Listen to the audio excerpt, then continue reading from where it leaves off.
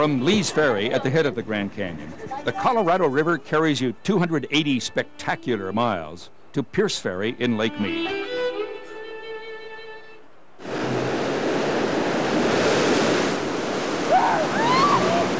There are 160 rapids, and some of them will scare you. You can get to know the river in a motor raft,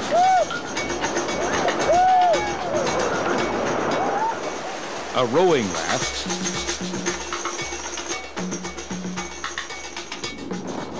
or in a dory. Either way, you're all wet. Dozens of side canyons bloom and sparkle within easy walking distance from the river.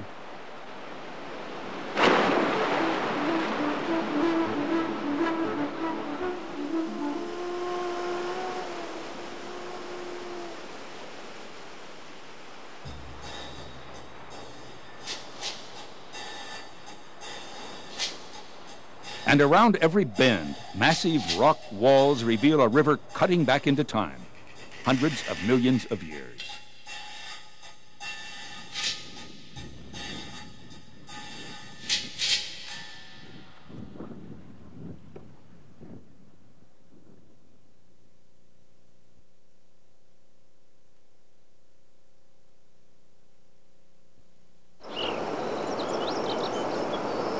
Lee's Ferry, Arizona.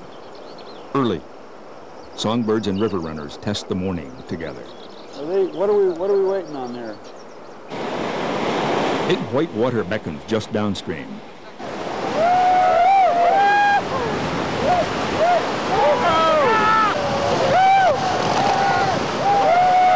The big ride's up here is on what we call the horn. And hold on. Lead pilot Butch Hutton explains the possibilities. And lean forward. When you see a wave coming into you, don't sit up and take it sitting up. Lean into it, or it's going to pick you right off. If you're going to fall off the boat, this will be pretty much where you'll fall off the boat from. The next spot to ride is what we call the bathtub. It's up in the very front of the boat. It's called the bathtub for a very good reason. Everything's okay to hang on to, but try not to wrap your hand in anything.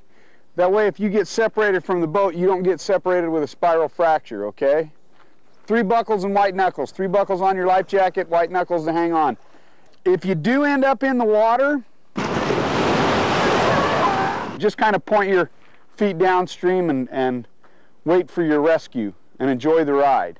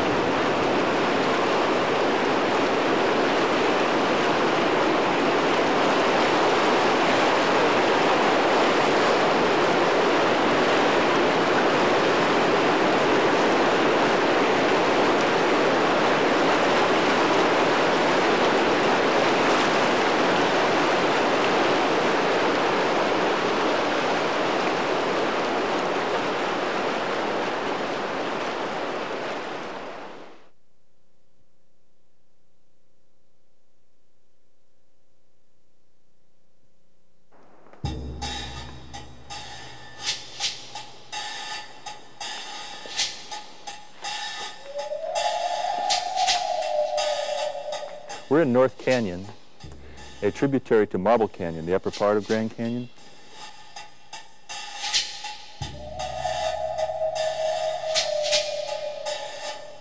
And in this little gorge carved in the Esplanade sandstone, we see beautiful curved fracture patterns that are the result of the carving of the canyon itself.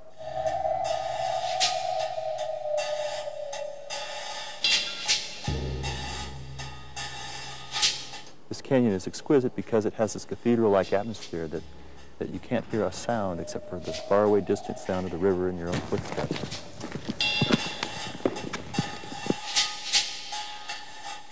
One of the truly beautiful places in the Grand Canyon.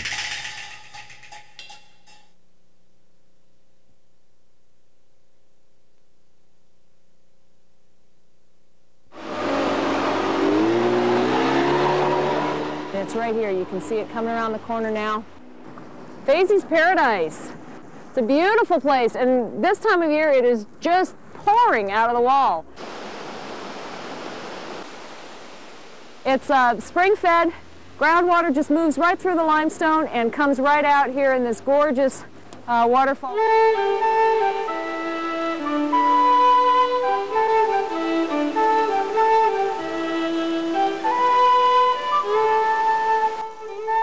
All kinds of greenery, beautiful plants, a lot of poison ivy. John Wesley Powell named it for George Vasey, who was a botanist who had traveled with him in Colorado on one of his expeditions. And when he came down here in 1869, he thought,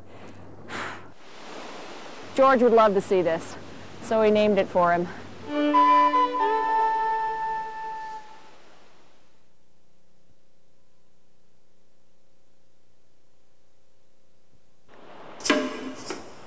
Thousands of years before the first white person got his first look at the river, people were living here, sharing the canyon with eagles and bighorn sheep, and creating art. This rock here is covered with carvings that were made by these Indians who lived here 800 to 1,000 years ago.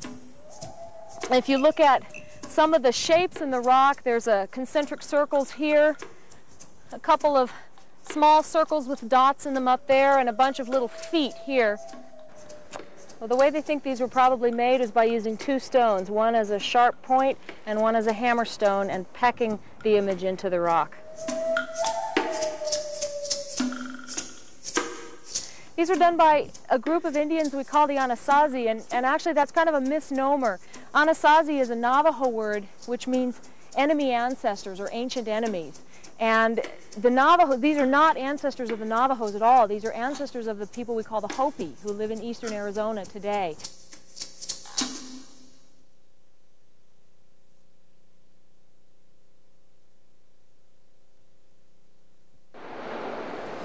At mile 33, the river has turned sharply into that nice red wall to carve a huge limestone chamber.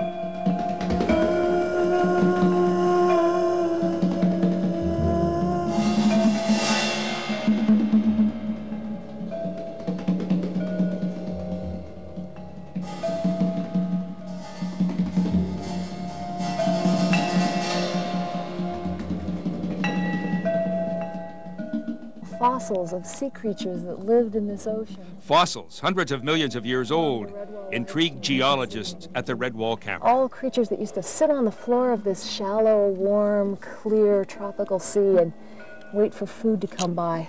These little round things that look like Cheerios or lifesavers are the stem pieces of a creature called a crinoid. And these are all pieces of crinoid stems.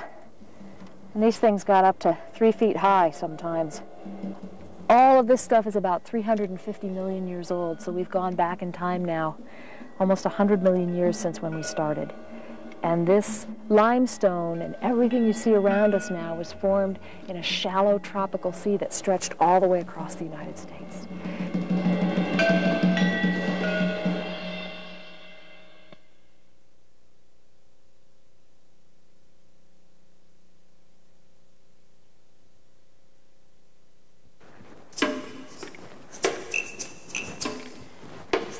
This is Nautiloid Canyon.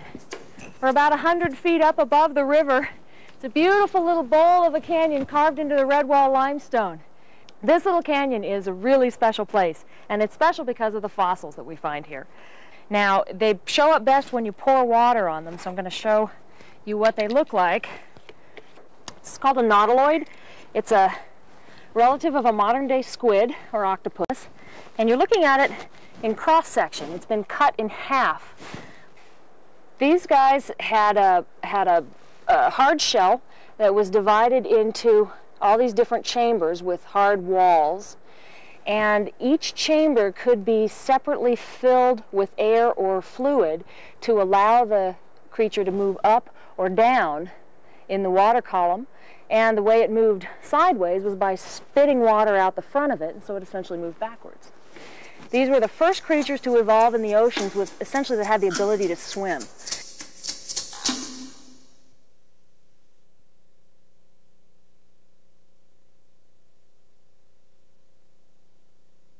We're looking at the Anasazi Bridge. You can see it right up there now. It's an old driftwood bridge that the Indians put across a big crack in the rock. This was a route out to the rim. And the bridge, it just looks like a pile of driftwood now, but when you get up close to it, they say there's actually some built-up areas with mud and sticks, things like that, so it's a pretty solid platform. So the Indians were definitely using this region a lot, crossing the river and going to the rim quite a bit.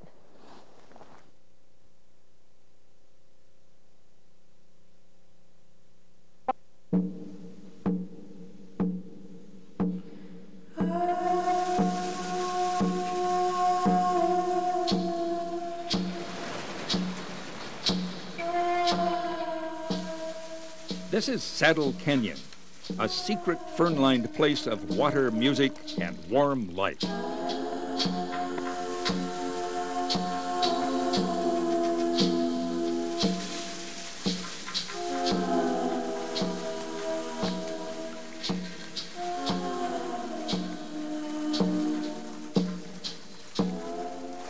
You start out in a hot, stark, dry desert environment, trudging up a dusty trail.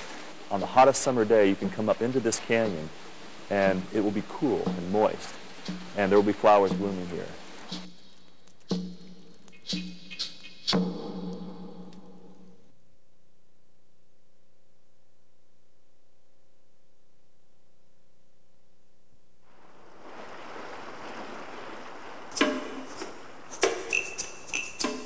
Here at Nankoweap, you can sense the presence of the ancient tribe some call the Anasazi and others call Hisatsinum.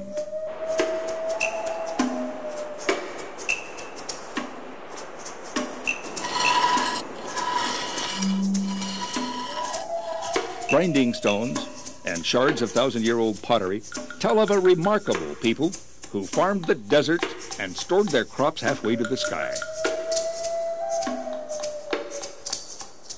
We're at Nankoweap Delta here. This is mile 52 on the river. And way up in the cliff, about 600 feet up above the river, are some Anasazi granaries or grain storage bins. And the Anasazi would live down here on the delta, but they would store their important seed corn and other grains for next year up in those granaries. These are about 800 to 1,000 years old.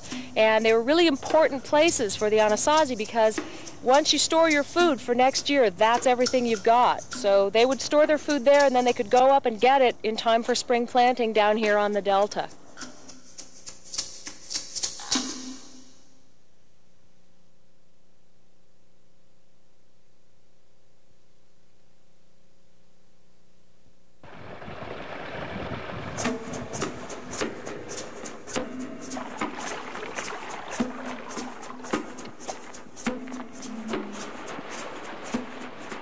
In a 5-mile hike through Carbon Canyon at mile 64, you'll find great beauty and some of the strangest rocks in the Southwest. These peculiar holes in this rock are called honeycomb weathering. And it's formed when water percolating through the sandstone, carrying dissolved table salt, precipitates that table salt on the surface from the heat of the sun. The force of crystallization of the salt pops the grains out one by one, creating eventually, through time, holes, big cavities in the rock.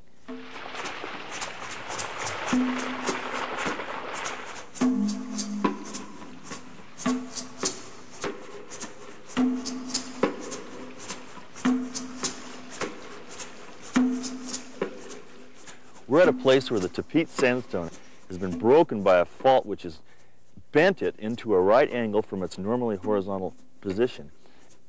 The rock is actually folded like clay or putty along this tremendous fault. It happens because the pressure exerted is very slow and gradual and even.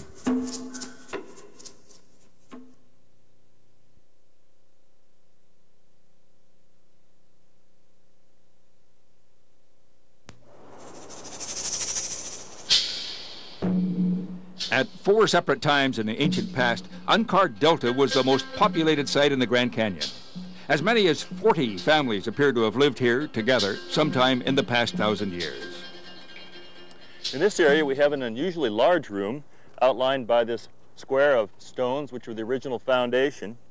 Probably a place where they met communally to grind their corn. Littered around the site here are a number of pot shards, pieces of pottery that the Indians used to store and cook their food in. Unkar Delta represents one of the largest complexes in the canyon. At Unkar, you probably could have had 3 growing seasons, not including the summer, because summer is way too hot to farm anything. Life here was very hard, and it was hard everywhere. You're looking at a very, very marginal environment, an environment that doesn't look like a great farmland today because it's the high desert, but indeed it was a farmland, and people farmed here. They gathered wild plant foods, they hunted, and they lived their lives out, but it was a relatively compressed time schedule compared to what we see today in terms of lifespan.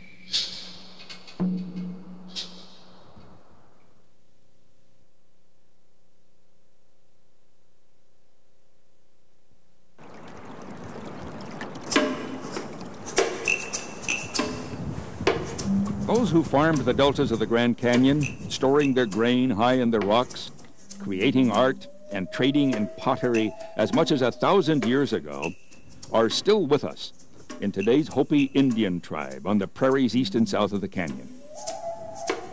People have lived continuously in these villages longer than any other place in the United States. The Grand Canyon for the Hopi people is not only our genesis, Lee Jenkins is Cultural Preservation Director for the Hopi tribe. but it's also very significant to the Hopi people in terms of our final resting place. I think there should be some level of limits on its recreational use. Obviously, visitation or visitors are very curious about the archaeology. There's a tendency by visitors to pick up pottery sherds. We've seen an influx of visitation that seemingly tends to ignore, again, the cultural significance of these sites to tribes like the Hopi people.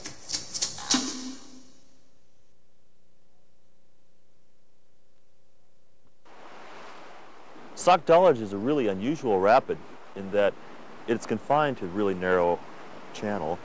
When Powell first got to this rapid, he couldn't portage his boats around, that is, carry them, or line them along the shoreline. So he's forced to run the rapid.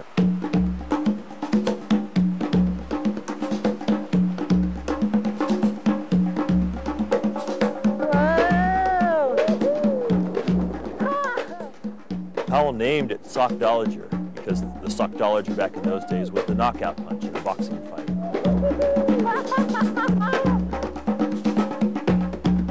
This created them a lot of trepidation, but they made it. They made it through, and they realized they could run their boat through big rapids. And from here on, they did much more of that as a result.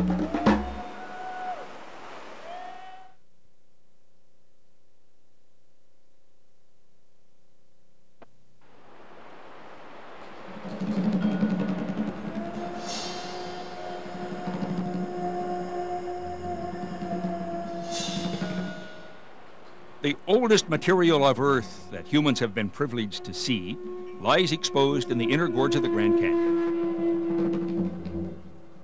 They call it Vishnu schist. The rivers carved it into strange, polished forms, beginning at about mile 77, continuing for another 50 miles. It's very hard and very old, about 1,700,000,000 years.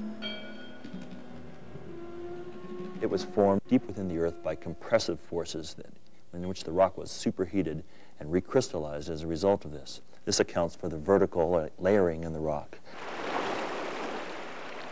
The effect on river travelers is a desire to shut everything down and drift and listen and imagine.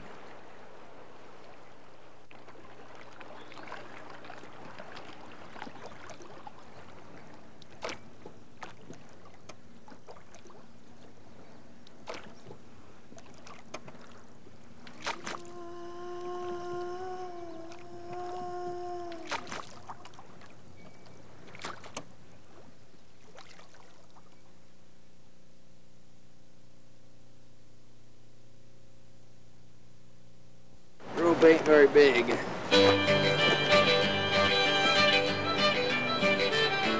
Phantom Ranch, the only resort in the Grand Canyon. A leafy oasis at the mouth of Bright Angel Creek. You can get a meal or a cool glass of something, or a room if you reserve it months in advance, or a tent site at the National Park's breezy campground. It's a popular destination for the Grand Canyon mules and their passengers, picking their way down Bright Angel Trail from the South Rim. They are very, very intelligent.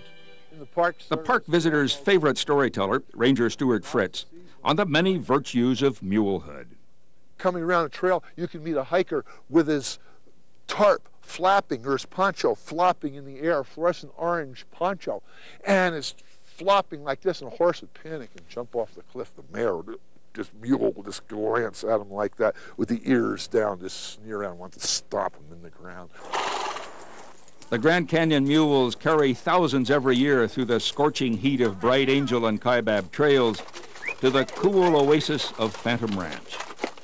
It's a safe trip, but that doesn't mean it's easy. It was spooky halfway down because of the switchbacks. I mean, the mules seem to want to go on the outside, and you want to go on the inside, you know. So it took about 4 or 5 hours, but it felt like a lifetime. The sight, smell, and sound of the mules help form the essential character of Grand Canyon.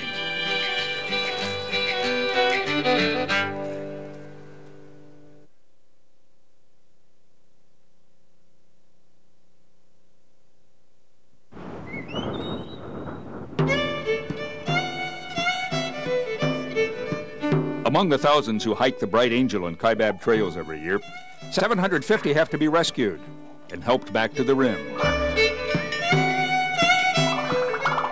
Never Willard Kinsey, who travels from Ontario, Canada, to lead hiking trips from the South Rim to the river and back. I'm 75 years old, and I've hiked it somewhere, I've lost track, somewhere between 50 and 60 times. I love the canyon. Of all the places I've backpacked and hiked in the world, the canyon is really my favorite. Older people and women tend to do better than the young men. Denise Travers, a former backcountry ranger who teaches backpacking classes for women. The people that tend to get into trouble are very young men, basically 25 to 35 years old, and they're hiking in, and of course they're in excellent shape. And they don't tend to listen to the advice that they're given. You're told to drink water and eat food. Well, they're in great shape. They don't need any of that. On a hot day, a young man can lose up to 2 liters of water an hour. So young men will be hiking up and they'll end up crashing. They'll get heat exhaustion, dehydration, even heat stroke. So be very careful.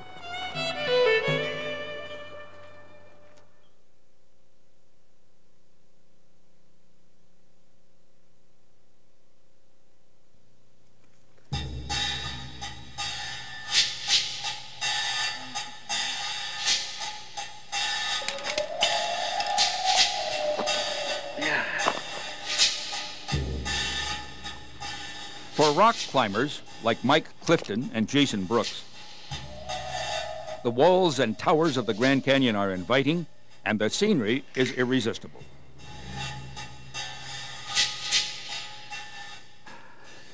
This route has got all types of little nubbins to grab hold of.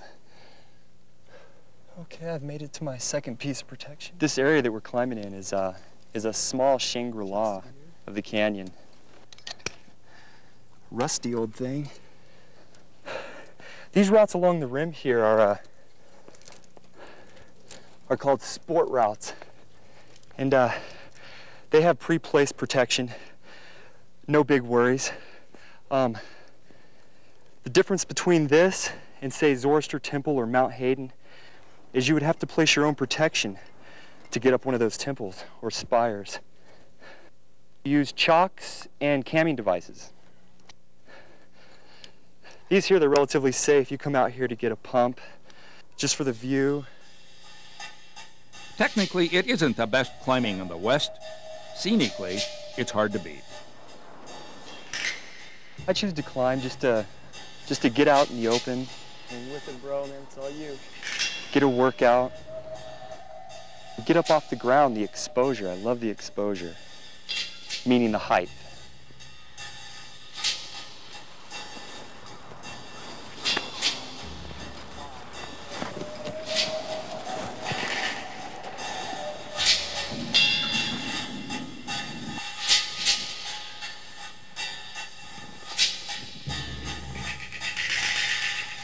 It's the beauty of the canyon that attracts climbers, not necessarily the climbing.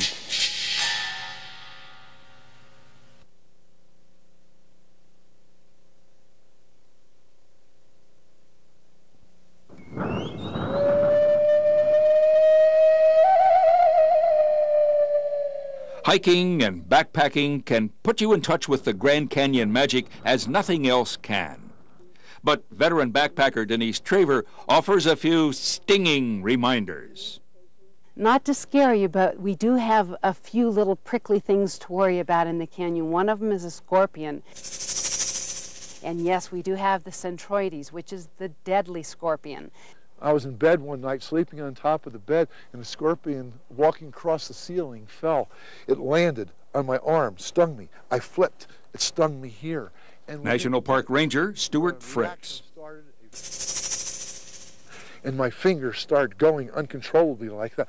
My hands started flying like my eyes felt like fingers were poking in. My tongue was full and short was talking like this. I've been stung twice personally, and I haven't died. I didn't even get sick, but my leg hurt pretty bad. Scorpions hang out in rock ledges or in restrooms or the folds of your tent. Another cool, dark place that they really like are the inside of shoes. So when you go to put on your shoes in the morning, make sure you shake those babies out too.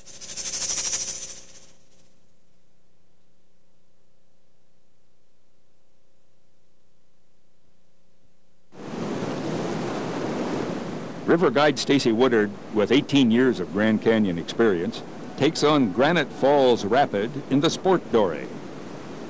We call it the egg beater rap, because you're going down and it's just like boom, boom, boom, boom, boom.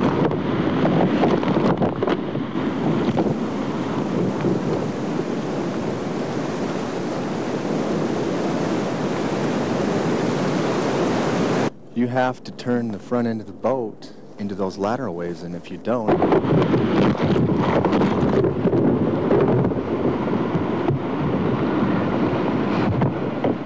that's what happened to me. I almost got around and I just didn't quite make it. But I'm getting there. I'm gonna have this master. By the end of this trip, I'm gonna have this master.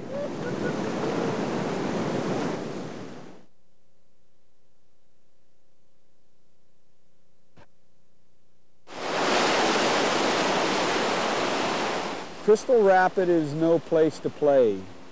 People have died here at Crystal, so it's no place to mess around.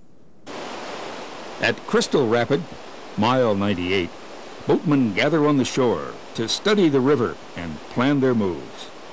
If you're over there, you're okay, but if you get too far in the middle and get in this hole, you're in trouble. There's a wall on the left, a big hole in the middle, and a huge rock bar on the right. Oh, you got to be over on that. You can't be too far into the hole in front of him. You're going to go upside down. That's all there is to it. Crystal is not a place where you want to be swimming. There is a lot of potential for a lot of danger, and you can get hurt there.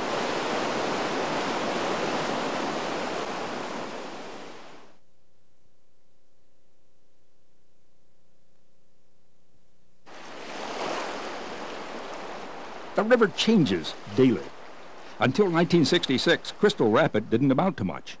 In December of that year, a huge storm sent house-sized boulders thundering down Crystal Creek to clog much of the river channel and create what many consider the most dangerous stretch of rapid on the Colorado. Yeah, it's pretty tricky, and the worst thing is, you know, there's so many holes, so many chances of getting into a hole and flipping. Before they built Glen Canyon Dam in the early 60s, the Colorado's own seasonal floods would have cleared away some of the boulders. Not anymore. Today's regulated flows leave the boulders in place and the boatmen anxious. That'd be a good rescue spot.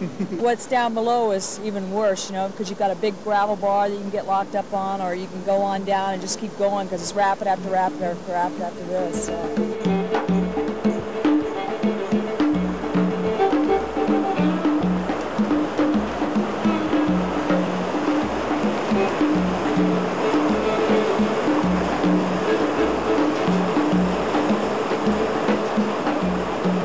not a good place to swim.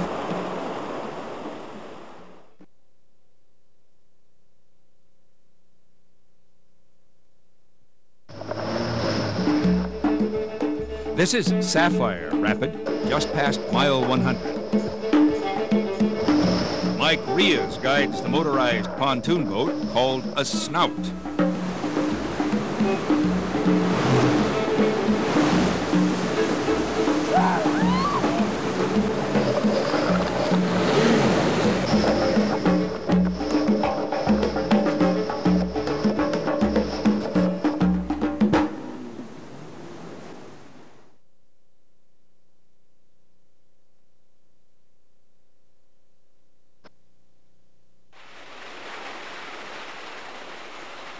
Some of the side canyons fill the eyes and heart with dazzling light and bright blossoms.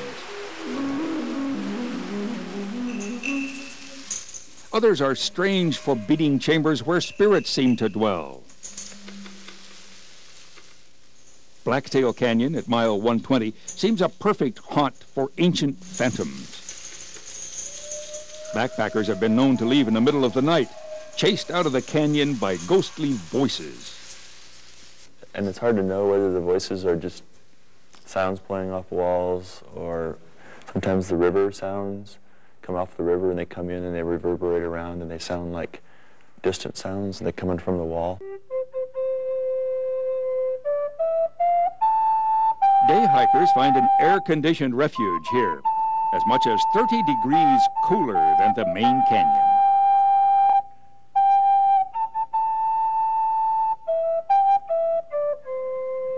It's the acoustics, the quiet, the solitude, the coolness of this canyon that make it so really wonderful.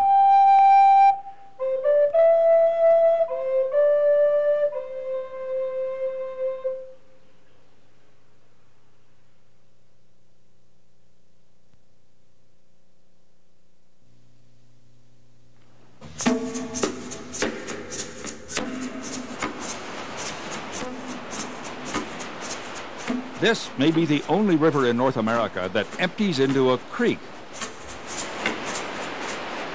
That designation's all wrong, of course. Creeks are supposed to empty into rivers.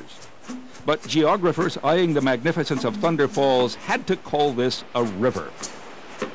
And so it is. Thunder River, bursting from a canyon wall and flowing into Tapeats Creek. The water of Thunder River originates as snowmelt on the high forested plateau, the Kaibab Plateau above us here. The water seeps into the ground through the porous limestone, finds its way through underground passages, and then when it hits the impervious Bright Angel Shale, it bursts out into the canyon in places like Thunder River. It isn't easy to get to during high water season.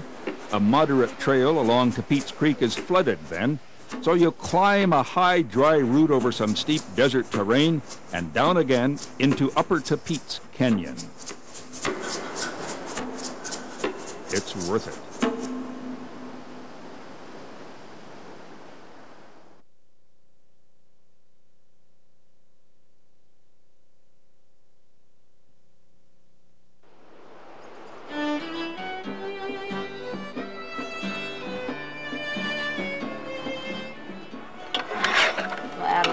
Garlic to this. Say, you're a cook, huh? You know everything.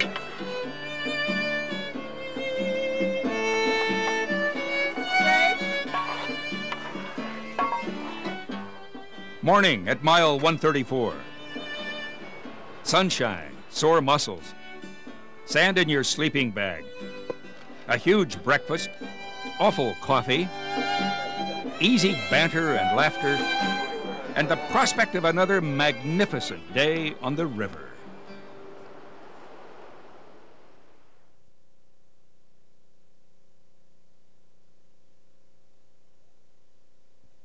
Rob, what I need you to do is high side the boat. You've got to keep it level. Every time it tilts, you're counteracting that tilt.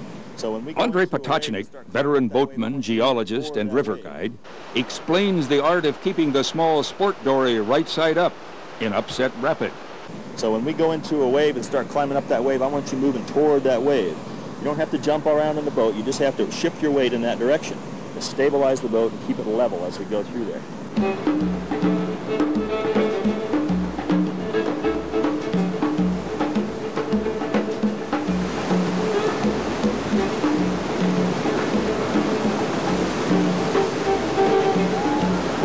Once we started falling that way, we couldn't get our weight back to the other side and just went on over. But we're kind of fighting it, you know. It's like, oh no! I want to go again. I wanted to get right back in and climb back up and do it again. That's a ride. That's a great ride.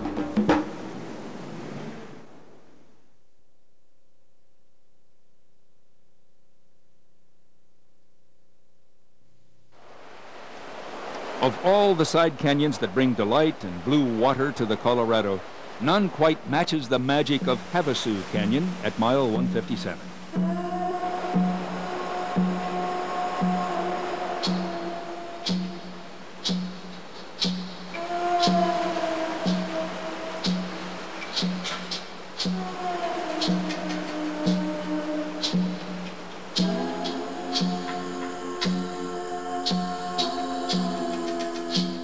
Havasu Canyon is named because the Havasupai Indians live here, the people of the blue-green water. The drainage is fed by a series of carbonate springs that give the water a nice greenish or slightly bluish cast to it, almost a Mediterranean color.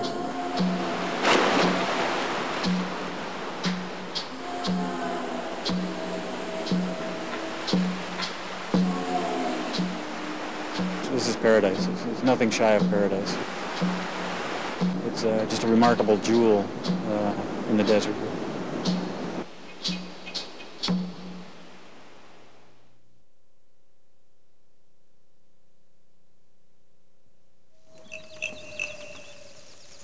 The core of an ancient volcano juts out of the water at mile 178. They call it Vulcan's Anvil. It's a volcanic neck. Is evidence that lava actually spewed up from the floor of the Grand Canyon during the 15 or so lava flows that took place in this area around Lava Falls over the last 1.5 million years.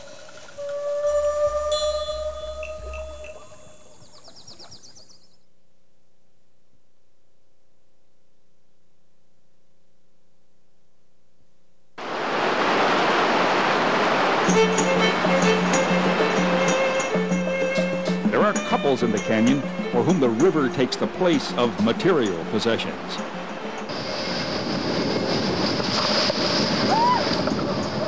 Bev Kaifa lives in St. George, Utah. Mark Kaifa lives in Page, Arizona. Both are river guides, but they work for different companies. They meet when they can, mostly on the river. I prefer this type of lifestyle, simplicity. You know, you don't own much, you can get up and move real easily. If something comes up, you can do it. You don't have to put the dog in the kennel and get somebody to watch the house and pay to make the house payments. That's because there is no house, no shared residence except the raft, the river, and the canyon. The canyon tends to put things into perspective, first of all. You have to play as hard as you work. You have to have a balance in everything. We're paying our bills, we're saving money, and we're doing what we want to do. And when Mike and Bev have second thoughts about their way of life, it's their older, more settled passengers who tell them, keep on. Yeah, the older people are always the ones that says, you know, I did what society says. I worked all my life, I saved money, now I'm retired, and I'm too old, I can't even hike up the side canyon and enjoy this place. And so they're the ones that are really pushing us to keep going, do what we're doing.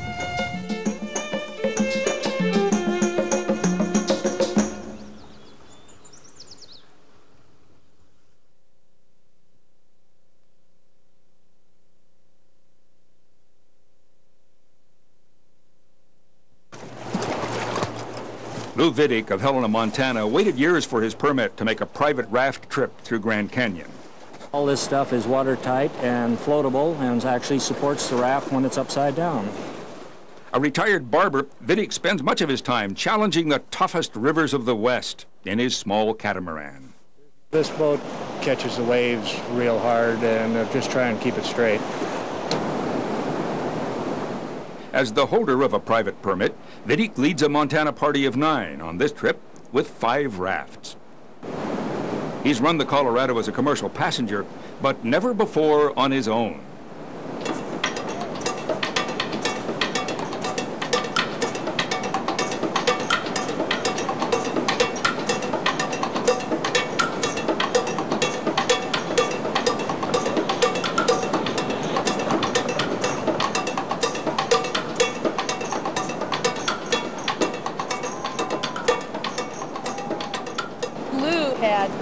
Sweetest run of the day. Everybody who watched said he had the best run. He was dancing through in the cataract.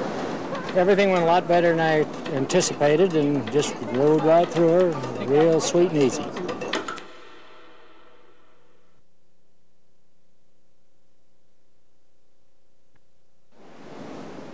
Kayakers on the Colorado face the same decisions as boatmen, but with more likelihood that they'll flip over. That likelihood becomes a sure bet at Lava Falls. One of the rapids where the kayakers can't avoid the big water. We have to go right through it too.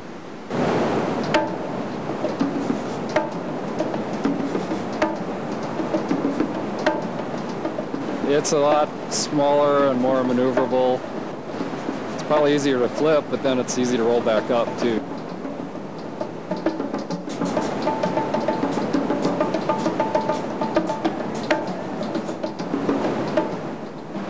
Feel every little thing usually, and you want to aim your boat so you hit it right, because you'll get carried. You can get surfed way across the river if you hit things the wrong way.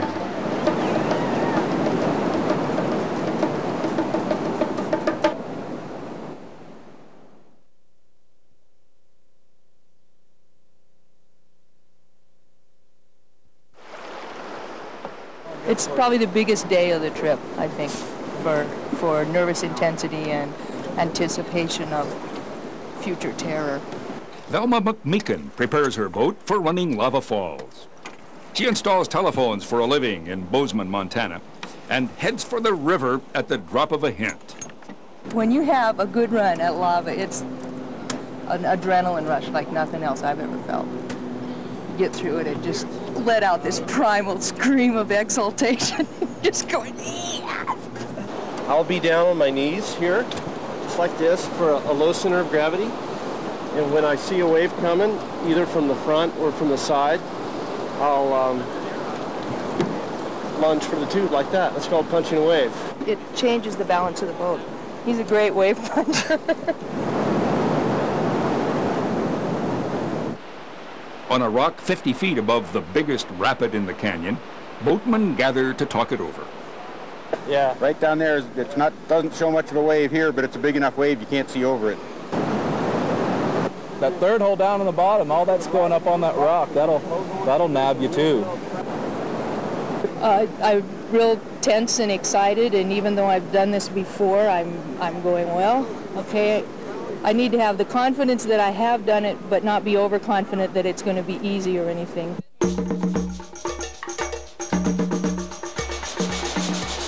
Marker wave looks big from here.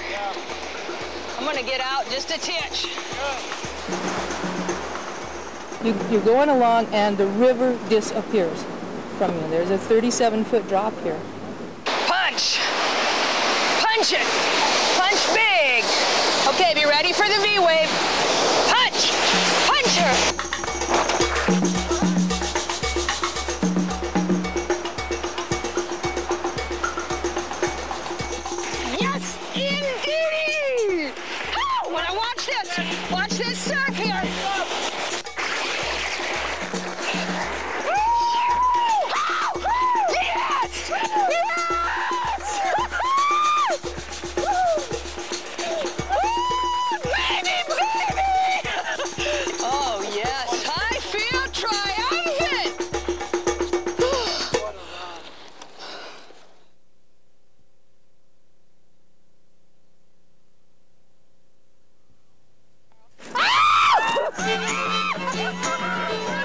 Alive below lava is the cry of wild celebration downstream from Lava Falls on a sandbar known to river runners as Tequila Beach. Lava punch, You will always eat your lunch. Any fool can be miserable in the wilderness. The lava party's especially intense if you've had a scare a few days earlier at Crystal Rapid. The first time we flipped in Horn, and then the second time in Crystal, 2 rapids that flipped in front of us. So we sort of decided to do the right sneak, and we got into the second lateral. We got swept in. Huge wall of water. I was swept out and sort of spun around a couple times, and when I came up, John was still upright. So how did you feel going into this one? Terrified. Happy. Exultant. Yeah! Let's go running again, you guys! Yeah! Here's to the canyon. Yeah. And the river. Hell of a ride.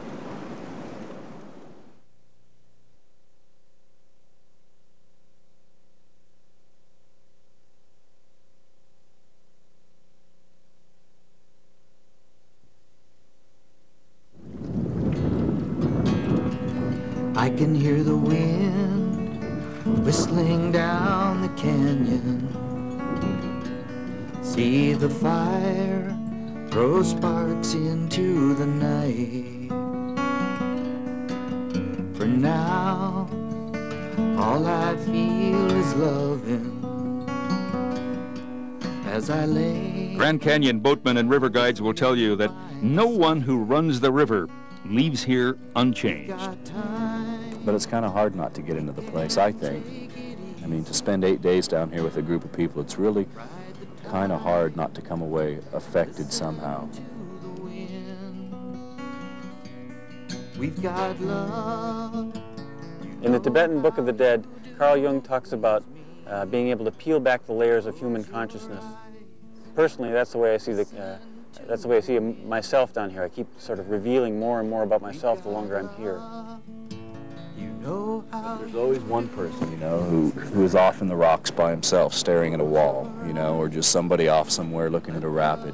And those are the people that you kind of, you know, they're taking a little piece home with them. You know, and it meant more to them than just a vacation.